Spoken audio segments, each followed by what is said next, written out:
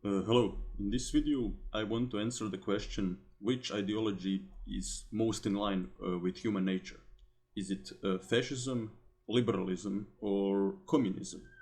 So let us start with communism.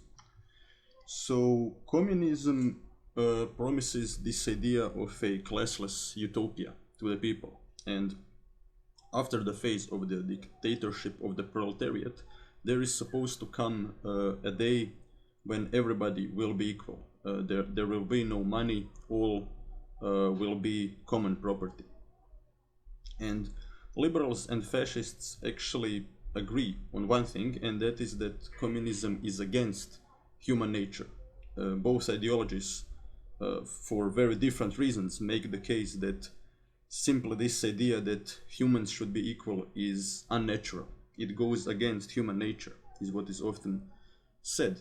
But the communists actually respond by saying, well, if you go back to the prehistorical times, and prehistorical times are actually much longer than history.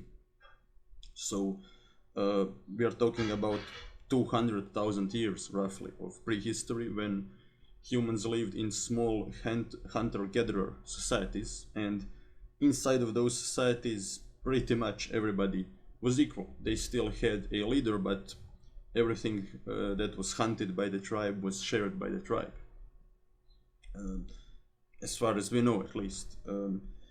But yeah, it definitely makes sense to say that humans were roughly equal in those very primitive societies, and communists actually claim that therefore it is perfectly in line with human nature to have a society where everybody is equal, at least when it comes to property rights.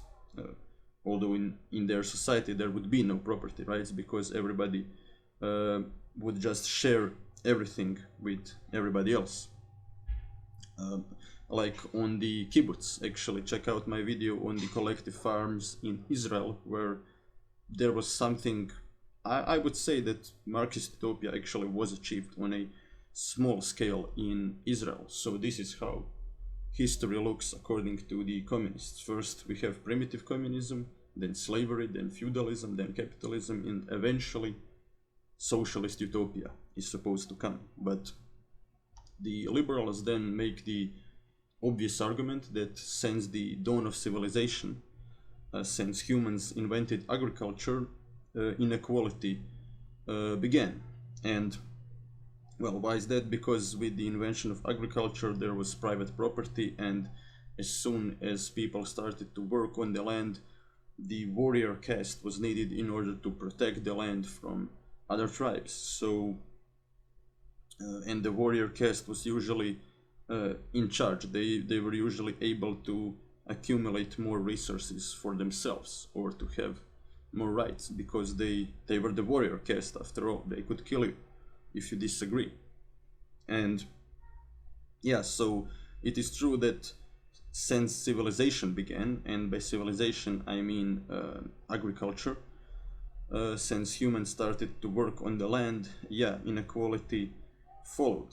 That is true. But the communists still dream of this utopian society, and they simply I mean, a even better argument, in my opinion, than pointing out to the primitive communism, or to times when humans were roughly equal, is to say that we as humans are able to transcend human nature, in the same way in which slavery was perfectly legal for most of human history. Now there is a time when most people in the West, at least, or actually in many parts of the world now, would disagree and say, no, hell no, we don't want slavery today. And the same can be said about this alleged utopia. Here we can see the Soviets colonizing space. That was actually a real propaganda poster from the Soviet Union. But yeah, so a difficult question to answer, I would say, then, for those that see communism as completely out of line with human nature, is then why did communism become so popular. Here you can see all the countries that were at one point in history communist. And some historians will tell you, well, it was simply the fact that communists, through a bizarre set of circumstances, managed to lead the Soviet Union. They managed to lead the Russian Empire and then turn it into the Soviet Union. And through a bizarre coincidence, some will tell you, the Communist Party found itself at the top of the Russian Empire, the largest empire on earth, and they used the vast natural resources and a huge population. They were now controlling a much larger population than the fascists, in fact, and they used that huge population to spread communism all around the world. That is one interpretation, but still one might ask, well, how did they manage to stay in power for so long, and why did millions fight on their side? And in my opinion, the answer isn't this irrational belief in a utopia, but this very concrete promise of more equality. And I'm talking about equality that was supposed to happen immediately, not once in the future, once the utopia is reached. So here you can see Soviet propaganda posters. This poster emphasizes the importance of gender equality, and after all, people forget that communists or the communist parties of Eastern Europe were the first ones to give the right to vote to women, and I do realize that at the time that didn't mean much because there was no democracy, but after communism fell, it was actually pretty important that laws were changed in such a way that women could vote. And I'm not sure whether or not old monarchies of Eastern Europe would ever just follow the American example and give women the right to vote. Then here we can see the anti-colonial poster. So that's also why communism was so attractive to many in Asia and Africa. And here we can see a Soviet poster from the 1970s where it says "Niet to racism," and you see a guy punching a KKK member, a real Soviet poster. So yeah, I would argue that communism was so popular because it promised more equality to people in a very unequal world, whether we are talking about financial inequality, racial or gender inequality. The world was truly a much more unequal place back in the day, and the communists, through wealth redistribution, fighting colonialism and racism, or at least in theory espousing anti-racist ideals, were able to get millions on their side. Okay, so now here we can see a Nazi poster, and Hitler was actually obsessed with this idea that fascism is the most natural system and that therefore it is going to win. A famous fascist philosopher in Yugoslavia, at least, Stefanovic, said that liberalism always leads to decadence and chaos, and out of that chaos a strong man emerges and unites the state. And he argued that happened in the Roman Republic with the emperors, and that Hitler was essentially doing the same with Germany. And here you can see the Nazi anti-Bolshevik poster. But to me, from a purely artistic perspective, the Italian fascists had much better posters. I mean, look at this. This actually has futuristic elements and pretty interesting.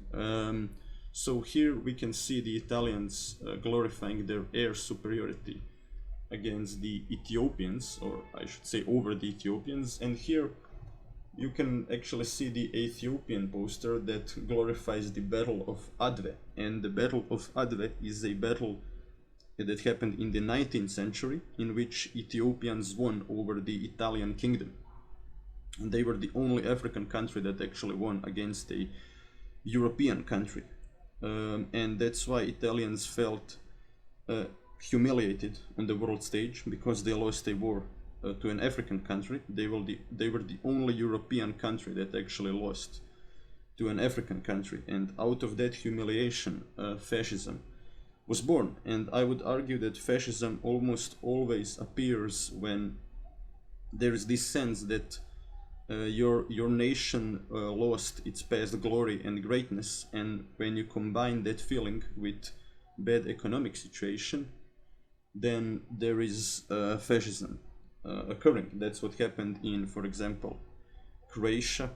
The Croatian fascist state emerged mainly because Croatians were oppressed in the Kingdom of Yugoslavia. The Hungarian fascist state emerged because they still remembered a time when they still hadn't lost 2/3 of their territory in the Treaty of Trianon. But okay, although the Italian fascists were less racist, here you can see the poster that says "Protect your women," essentially. I would assume these are French colonial soldiers, although I'm not sure, maybe they're Ethiopians. So here we can see the American pilots, who are also black, by the way, destroying Italian cities, and here the poster tells us to protect Europe against Asian Bolshevik hordes. And what's to me kind of ironical about fascism is that fascism is obsessed with this idea that that only the strong survive, natural selection. In fact, Hitler was very much into social Darwinism, and he claimed that fascism is going to win because it is the strongest ideology that is most in line with human nature. But what's kind of funny is that fascism actually existed for the shortest amount of time when you compare it with liberalism and communism. So here you can see the pro-Hitler coalition. The blue is the pro-Hitler coalition. This map even shows Thailand as a fascist country, and we should also add Spain. Although Spain was officially neutral, they still helped Hitler by selling him oil. But okay, so you can clearly see that the anti-fascist coalition, liberals and communists, were actually much bigger. Just they controlled a much higher percentage of the surface of the earth, and they had more people on their side. Sometimes through colonizing others, like Africa was colonized by the liberals, but still it would then appear that liberals were just better at controlling territory and at enlarging their spheres of control than the fascists. And some historians will also point out the fact that Germans and the fascist coalition was truly greatly outnumbered on the world stage, and I would agree that they were outnumbered, but if fascism is so natural, then why were they outnumbered? On the Eastern Front, as the war was nearing its end, they were often outnumbered even greatly, 10-1 in some battles.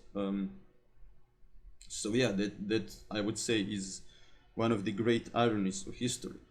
Fascism that claims to be the most natural was actually least popular and existed for the shortest amount of time. At least if we are talking about fascism in its original form. Later we can now talk about whether or not some modern regimes are fascist. I would agree that, for example, Putin's Russia comes very close, but here I'm talking about original fascism that existed back in the day.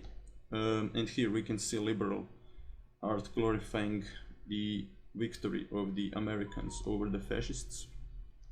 And where both liberals and communists agree is that French Revolution is something good, but the communists want to have another revolution, and they argue that the ideals of the French Revolution were betrayed, while liberals think that the ideals were never betrayed and that they should just keep preserving those ideals in liberal societies. And ultimately, and here you can see the Americans' American anti-Hitler posters.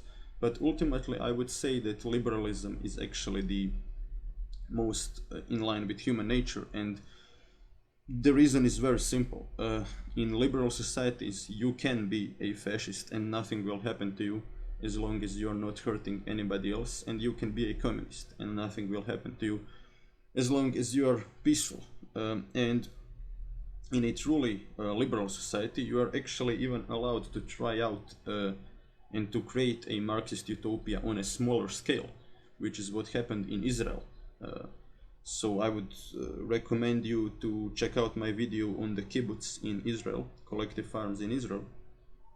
And I would also agree with the historians that claim that liberals eventually won the Cold War because they had freedom of speech. And freedom of speech is truly very important for progress and for economic progress. And now some historians also make the case that American society wasn't so powerful just because it was liberal. After all, the United States is one of the biggest countries on earth. They have a huge population, they have a lot of oil, some of the most fertile land in the world, a lot of water, huge forests, and after all, they didn't have to fight world wars on their own soil. All of that is true, but I still think that the fact that the United States was seen as land of the free throughout the 20th century is what made them so strong, and that's how they got many smart and brilliant people to fight on their side. For example, Einstein, or the thousands that escaped from Europe in search of a better world that allows more freedom to the people. And that's why I still think that liberalism is the most natural system, and I truly hope that United States will remain a democratic liberal country for a long time.